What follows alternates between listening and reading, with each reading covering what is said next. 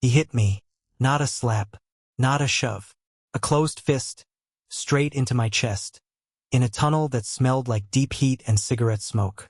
I was 17 working as a ball boy, and I'd said something cheeky about his team losing. He didn't even break stride, just clocked me, told me to get back to work, and walked off like nothing happened. That's the story I start with every time someone brings up Brian Clough. Because before we get into the 7 players on this list, the ones people say he despised, you need to understand something. Clough didn't hate people. Clough controlled people. And control, when it's total, looks an awful lot like hatred from the outside. So here's the claim we're testing today. That Brian Clough despised 7 of his own players.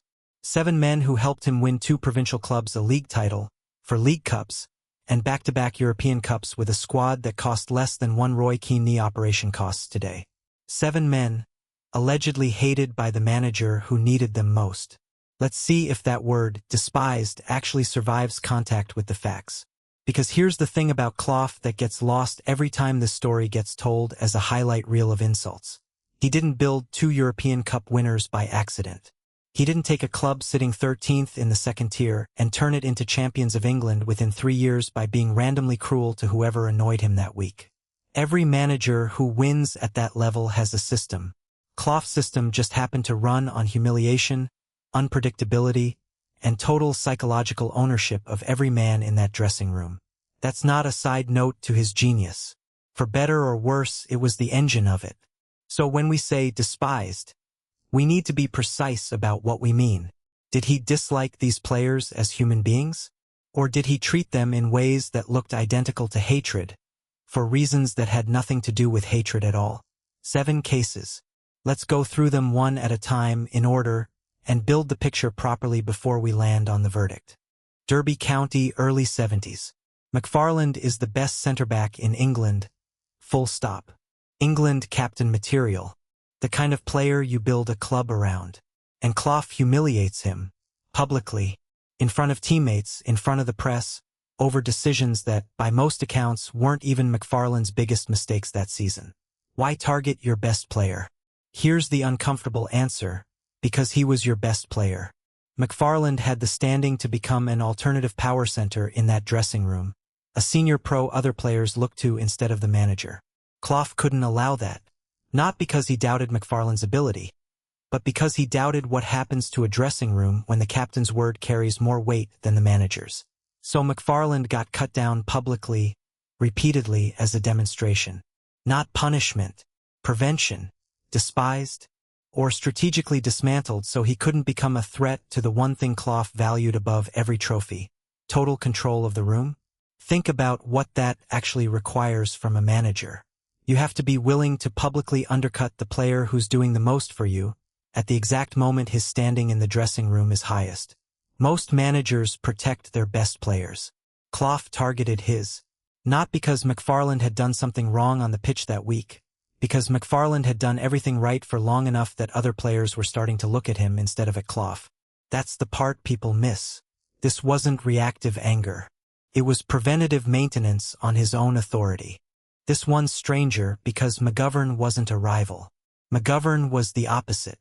Clough signed him at 4 different clubs: Hartlepool, Derby, Leeds, and Nottingham Forest.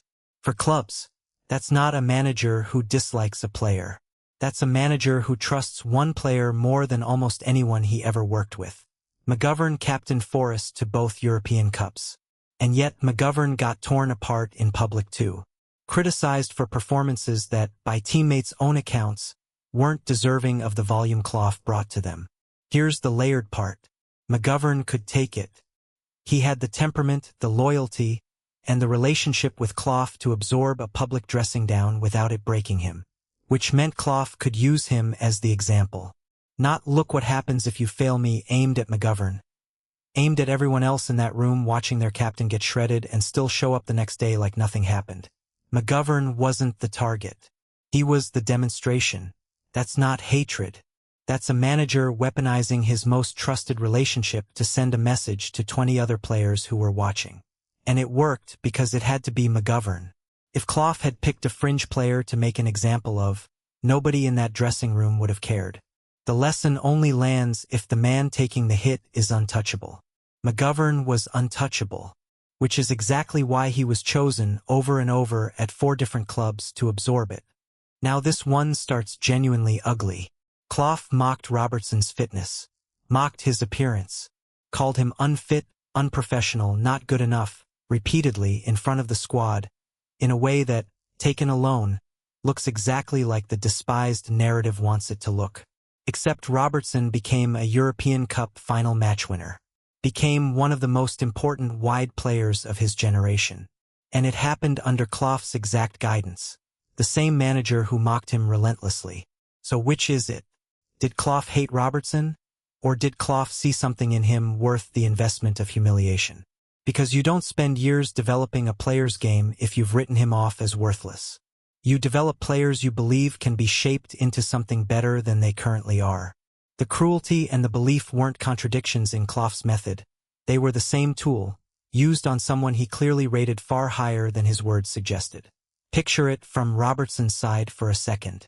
You're a young winger, self-conscious about your fitness, and your manager is telling you, in front of the entire squad, that you look unprofessional, that you're not good enough, that you need to sort yourself out. Day after day. That's not a pep talk. That's pressure applied with zero regard for how it lands emotionally. And yet Robertson didn't shrink from it. He answered it. By the time Forest lifted their first European Cup, Robertson wasn't just playing, he was setting up the goal that won it. This is where the pattern starts to show itself. 3 cases in, and not one of them is really about hate. McFarland, controlled to prevent a power shift. McGovern, used as a demonstration precisely because he was trusted. Robertson, mocked as part of a development plan that worked spectacularly. But before we go further, let me be fair for a second. Clough's methods weren't some flawless psychological masterclass dressed up after the fact to look clever. Plenty of players who went through this never talked about it as fondly as Robertson or McGovern eventually did. Some genuinely felt smaller for it. Some carried resentment for years. It's easy to build a tidy story where every humiliation was secretly strategic genius. Real life is messier than that, which is exactly why Case 4 doesn't fit the pattern at all. By 1979, Gemmill wasn't a fringe player fighting for a place. He was a title winner, a European Cup semi-finalist, a Scotland international who'd already scored one of the most replayed goals in World Cup history 2 years earlier against Holland. He was integral to everything Forest had built.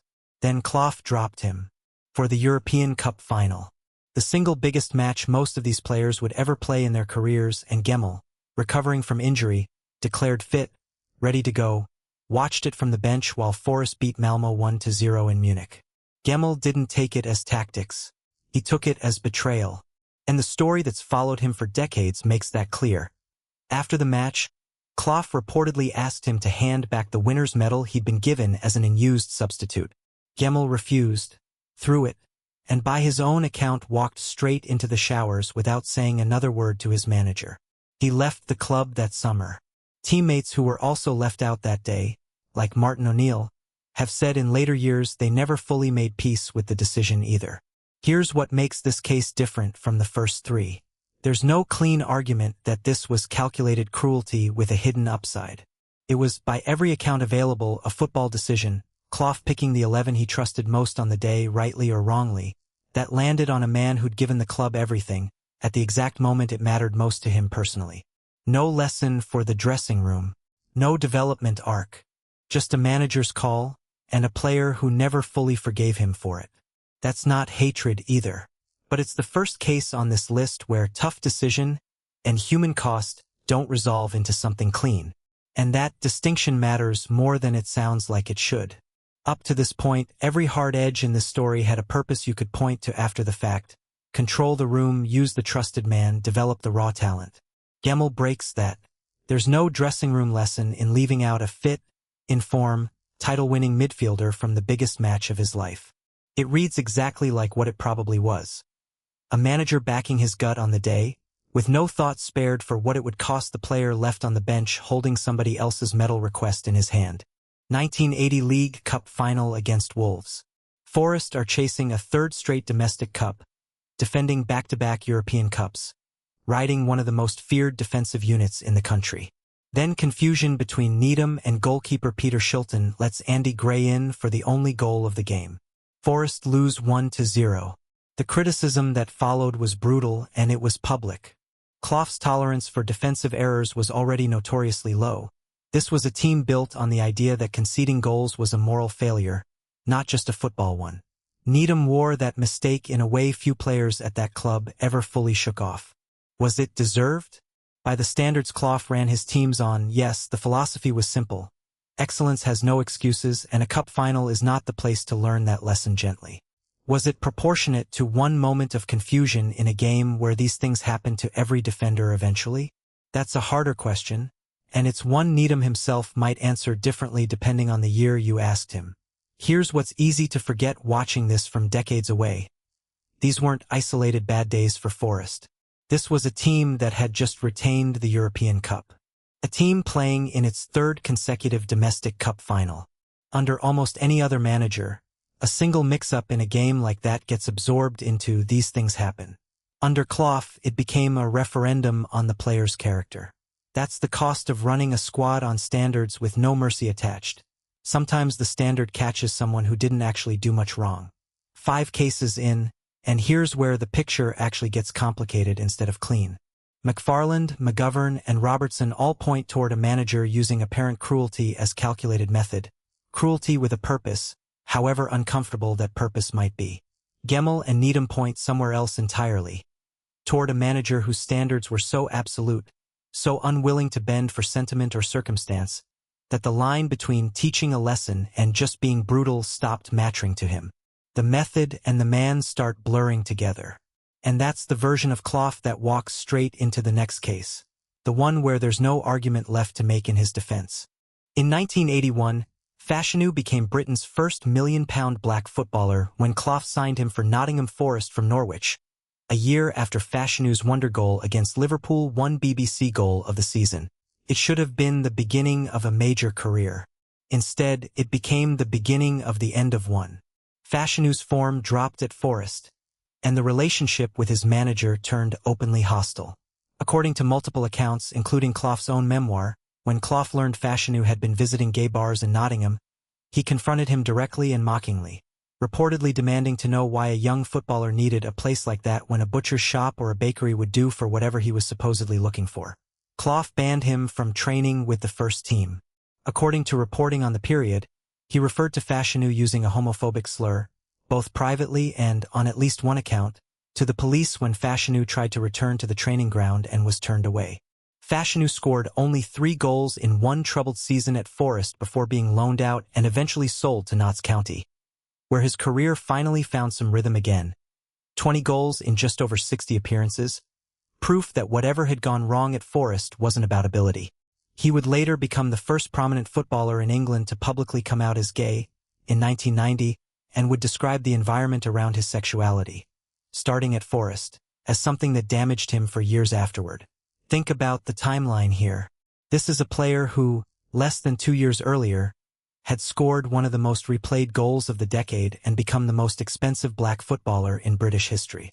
By every measure of talent, Forest had signed a genuine star. And within a single season, that star's manager had turned the dressing room and the training ground into a place he was actively excluded from. Not for missing chances, not for a bad touch, but for who he was when the cameras weren't on him. Let's be honest about what this case is, because everything before it has had some kind of internal logic, however uncomfortable. McFarland was controlled to protect the dressing room hierarchy. McGovern was used because he could take it. Robertson was shaped through mockery into a genuine talent. Gemmill and Needham were casualties of standards applied without mercy, but standards nonetheless. Standards that existed for a football reason. Fashanu's case doesn't have that internal logic. There's no tactical argument, no dressing room strategy, no development plan buried underneath the cruelty. This wasn't Clough breaking a player down to build him back up. This was a manager whose worldview simply couldn't accommodate who Fashanu was, and a young player paying the price for it, in his form, in his confidence, and by his own later account, in ways that stayed with him for the rest of his life. Fashanu died in 1998, and the environment he described at the start of his career remains one of the most cited examples of what English football was like for a gay player in that era. We're not here to turn this into a tabloid moment, and we're not going to dwell longer than the facts require. But it has to be said plainly. This is the one case on this list where despised might actually be the right word, and where nothing about Clough's genius as a manager excuses what happened. Let me be fair to the counterargument for 1 second, because it exists. Some biographers have pointed out that Fashanu's Forest career was also derailed by simple football reasons. He arrived at a club past its peak, competing for a place with players who had 2 European Cups between them, and by his own admission he struggled with the pressure of being the most expensive black footballer in Britain at the time. That's true. It's also true that it doesn't explain the training ban, and it doesn't explain the language used against him. Both things can be true. The football context is real. It just isn't the whole story, and it isn't an excuse for the part that wasn't about football at all. 6 cases in, and the pattern has completely broken. This isn't a tidy story about a misunderstood disciplinarian anymore. It's a genuinely contradictory one. Which brings us to the final case, the one that, more than any other, explains why so many of the men on this list still speak about Clough with something close to reverence. Nottingham Forest, early 1991. A League Cup tie against Crystal Palace. Keane, a young Irish midfielder who'd sprint off the pitch faster than anyone in the squad, gives away a short back pass that gets punished. By most accounts, largely through no fault of his own, after a mix-up involving goalkeeper Mark Crossley. Palace equalize. The tie goes to a replay. Clough is waiting for him in the dressing room, hiding behind the door according to teammates who were there. And when Keane walks in, Clough punches him in the chest, by Keane's own most consistent telling, though the story has shifted between versions over the years to include a version where the blow landed on his face. Either way, the message was the same. Don't ever pass the ball back to my goalkeeper again. Here's what separates this from every other case on the list. Keane, telling this story decades later on stage in interviews in his own autobiography, never once framed it as hatred. He's told it as one of the formative lessons of his career. He said more than once that he doesn't judge Clough harshly for it, that the manager gave him too much to hold a grudge over one punch, and that it taught him something about accountability he carried into the rest of his playing days and later into his own uncompromising style as a player and pundit. That's the whole contradiction of this list, distilled into one moment. A man gets physically struck by his manager over a mistake that wasn't fully his fault, and walks away decades later calling that manager the best he ever worked under. And it's not just Keane saying it either. Teammates who watched it happen have told the same story for years, always landing on the same note. That everyone in that dressing room understood, instantly, exactly what message Clough was sending, and exactly who it was really aimed at. Not just Keane. Every young player watching him get hit and still show up the next morning ready to train. It's worth sitting with how strange that is. Keane, of all people, a player who built an entire reputation on confrontation, on refusing to back down from anyone, on walking out on a World Cup and a Manchester United dressing room when he felt disrespected, never once turned that same fire on Clough. That alone tells you something about how differently this one felt to the man on the receiving end of it. So let's go back to where we started. 7 players. One word, despised, hanging over all of them. McFarland wasn't despised. He was neutralized before he could become a rival center of power. McGovern wasn't despised. He was trusted enough to be used as the example that kept everyone else in line. Robertson wasn't despised. He was mocked into becoming one of the best players Clough ever coached. Gemmill and Needham weren't despised either. They were casualties of a manager who applied his standards with zero flexibility, no matter how much history a player had earned. And Keane, the man who got physically punched by his own manager, has spent the rest of his career defending the very method that hurt him. 6 players. 6 stories that, when you actually pull them apart, have almost nothing to do with hatred and almost everything to do with control. Cruelty deployed with intent, sometimes brutal, occasionally unfair, but rarely personal. Then there's Fashanu, the one name on this list that doesn't fit the pattern because it was never about strategy at all. It was about a manager's prejudice meeting a young player's identity and a career, and by every account a life, that never fully recovered from the collision. That's the real story here, And it's a harder one to tell than a simple, "These 7 players hated their manager" video would suggest.